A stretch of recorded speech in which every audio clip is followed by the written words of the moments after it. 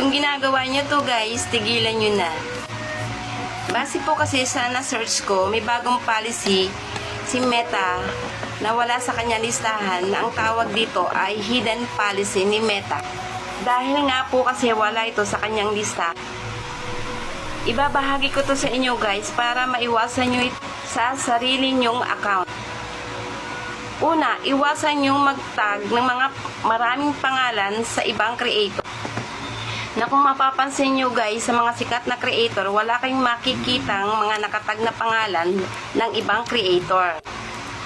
Number 2, iwasan nyong mag-content ng nakakasakit ang damdamin ng kapwa nyo creator. At number 3, iwasan nyong kuhanan ng video ang mga batang walang saplot kasi ayaw ni Meta niyan.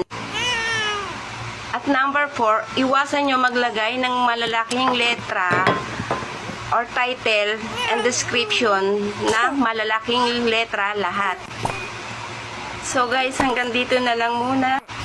At ang the best ay sumunod tayo sa policy ni Meta para yung mga pinaghirapan natin hindi masayang at mauwi lang sa wala. See you next video guys. Ingat po kayong lahat. God bless. Love you all.